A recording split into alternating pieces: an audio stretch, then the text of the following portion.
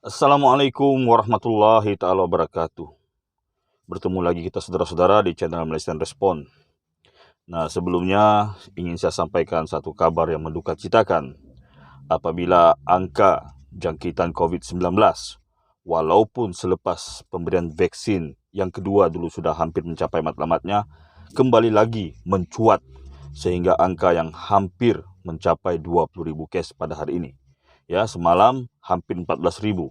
Jadi maknanya dalam selang 2 hari saja sudah ada pertambahan 5.000 kes tambahan. Jadi ini saudara-saudara, kalau kita simpulkan, menunjukkan seolah-olah negara kita sama ada penduduknya sakit atau negaranya sakit atau ada pihak yang mau melihat kedua-dua penduduk dan negaranya sakit. Oke, jadi kalau kita perhatikan dan perhalusi, sebenarnya hal ini coba diselarikan oleh pihak tertentu dengan keadaan negara Malaysia yang agak terumbang-ambing pada masa ini.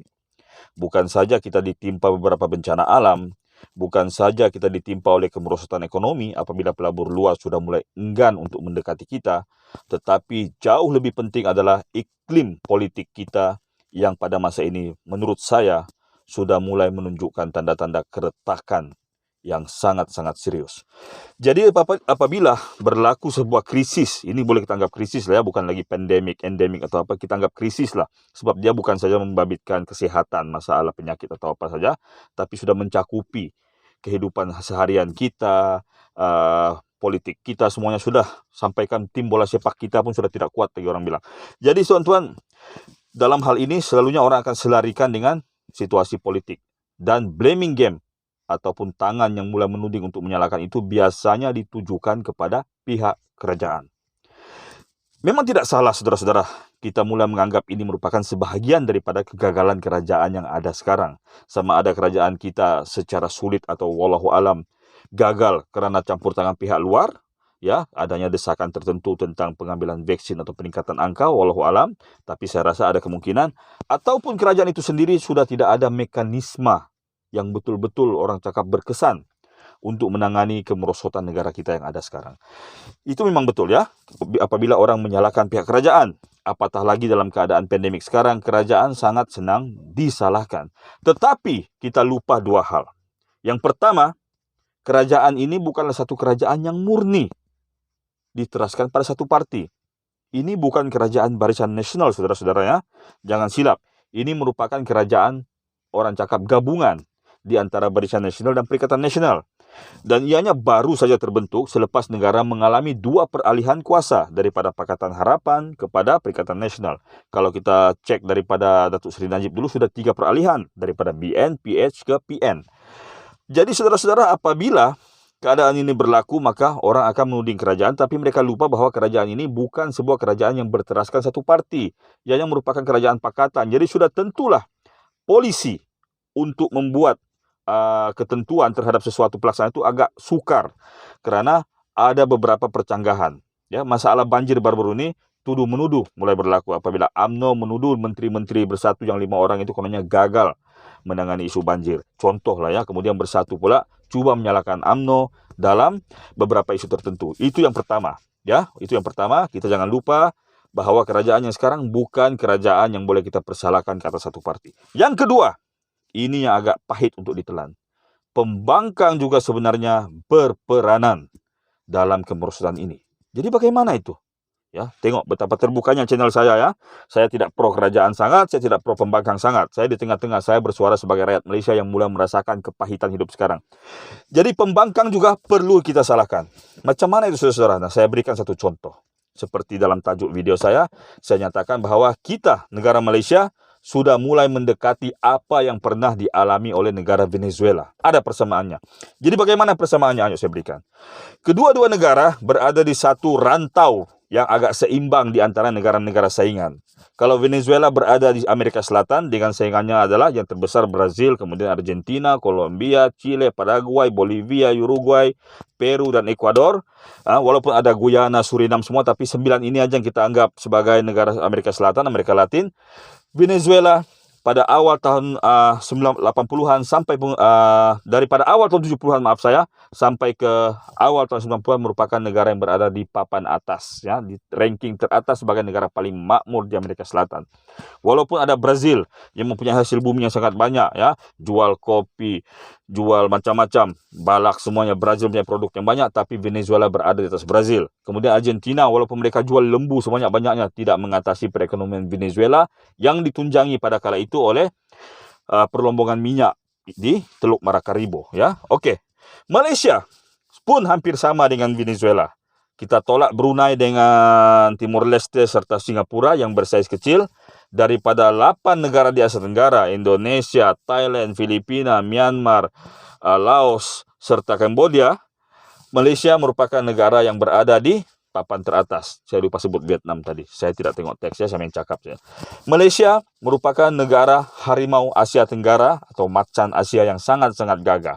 Kalau kita lihat, Indonesia seperti Brazil pada kala itu. Negara besar, hasil banyak, tetapi dari segi pembangunan infrastruktur, Malaysia jauh lebih di depan. Ini didukung oleh kestabilan politik pada masa itu, yang akhirnya menyumbang kepada kestabilan ekonomi. Jadi, saudara-saudara, kejatuhan Venezuela bukanlah kejatuhan yang disebabkan oleh porak-porandanya isu dalaman, tidak. Tetapi campur tangan luar. Secara notabene adalah campur tangan pihak Amerika Syarikat dan sekutunya. Mereka mula mengait-ngaitkan Venezuela sebagai proksi kepada negara Cuba, negara komunis. Ya, Presiden Hugo Chavez mula dibongkar satu persatu, mula difitnah. Kononnya beliau menyeleweng atau ini semua. Mentang-mentang Hugo Chavez ini tidak menyokong Amerika Syarikat. Jadi cara melemahkannya adalah dengan menguatkan mantan Presiden Maduro. Tapi Presiden Maduro ini pun akhirnya sedar bahawa Presiden Hugo Chavez tidak bersalah. Tetapi sudah terlambat, negara sudah hancur, sudah porak-poranda, tunjuk perasaan di sana-sini, harga minyak sudah tidak terkawal, maka Venezuela runtuh. Nah, jadi ini jugalah yang berlaku di Malaysia.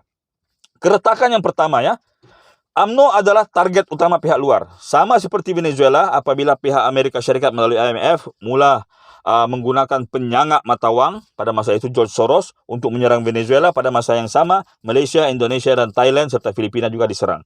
Malaysia yang pada masa itu selepas Filipina ya, Filipina di awal kemerdekaan dulu Filipina paling atas, lepas Filipina jatuh sedikit, Malaysia melaju sebagai negara yang paling kuat, mula diperhatikan oleh pihak barat. Pihak Britain dan Amerika Syarikat mula memandang melalui pengintip mereka di Asia Tenggara, itu Singapura. Mereka mula memandang bahawa ekonomi Malaysia merupakan satu ancaman establishment mereka. Jadi mereka mula meretakkan UMNO. Keretakan pertama terjadi sewaktu pengharaman UMNO dan penubuhan Parti Melayu Semangat 46 pada tahun 1987 kalau tidak salah saya. Masa itu saya darjah 6. Okey. Itulah keretakan yang pertama, saudara-saudara, karena mereka sedar PAS tidak mungkin boleh orang cakap ini menyaingi UMNO. Jadi mereka lantik satu parti yang mempunyai orang yang ber-DNA UMNO. Kemudian saudara-saudara, keretakan itu diperbesarkan lagi melalui isu Anwar Ibrahim, yang mana Tun Mahathir terperangkap dan terpaksa memecat beliau, tetapi beliau tidak tahu pemecatan Anwar Ibrahim sebenarnya adalah ulah beliau sendiri yang minta dipecat. Jadi apabila hal ini berlaku, perlahan-perlahan Parti Keadilan mulanya lemah, tapi bila bergabung dengan DAP, bergabung dengan PAS, pada kala itu sekarang PAN, kemudian Warisan, mereka merasakan mereka sudah mempunyai kekuatan atau platform perjuangan yang sama, mereka berjaya menumbangkan Kerajaan Barisan Nasional. Tapi kita tidak sedar, tumbangnya Kerajaan Barisan Nasional bukanlah merupakan satu rahmat pada mulanya, tapi merupakan satu malapetaka. Ramai yang anggap ini blessing in disguise, tapi menurut saya ini adalah satu malapetaka. Apabila Kerajaan Pakatan Harapan yang berdiri bukan atas kekuatannya sendiri, tapi lebih kepada campur tangan pihak-pihak tertentu termasuk pihak luar, telah memerintah dan mereka gagal. Mereka gagal secara total dalam masa 22 bulan. Mat Sabu terus-menerus menyatakan bahawa jika mereka diberi waktu yang banyak, mereka akan berjaya. Tapi saya tidak rasa sedemikian. Kerana pada awal-awal pemerintahan Pakatan Harapan, beberapa menteri mereka yang kita anggap bijak, beberapa MP mereka yang kita anggap bijak seperti Tony Pua, seperti Hanayo, rupa-rupanya indah kabar dari rupa. Sebab itu Tun Mahathir tidak lantik Tony Pua. Tetapi Lim Guan Eng, salah satu stalwart ataupun pengemudi utama, teraju utama Parti DAP, dilantik jadi Menteri Keuangan. Rupa-rupanya habuk pun tiada. Beliau telah melakukan kesilapan fatal yang pertama, saudara-saudara, apabila beliau meminta derma daripada rakyat.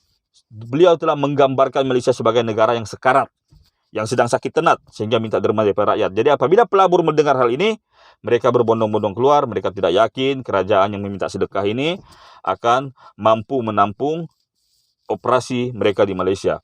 Seperti saya ingat, kilang besar, Panasonic, Western Digital, Matsushita, semua keluar. Mereka tidak pergi jauh, mereka pergi Vietnam, Thailand, menunjukkan mereka masih bernafsu untuk melabur di Asia Tenggara, tapi tidak yakin dengan Malaysia. Kemudian beberapa menteri lain, Mat Sabu sendiri sebagai Menteri Pertahanan telah melakukan kesilapan yang agak melucukan apabila beliau mendedahkan rahsia pertahanan kita. Syed Saddiq, kononnya seorang menteri yang peretah berkata-kata macam burung murai, tetapi beliau telah melakukan banyak kesilapan apabila polisi beliau tentang Kementerian Belia dan Sukan banyak yang silap. Ya, beliau mengutamakan sukan Commonwealth berbanding dengan sukan Asia contohnya. Kemudian beliau telah pergi ke Stadium Gelora Bung Karno, walaupun boleh berkapasitas sebagai seorang menteri, tapi dia pergi kandang penyokong, akhirnya beliau pun terpaksa berkurung di situ, kena serang oleh penyokong Indonesia.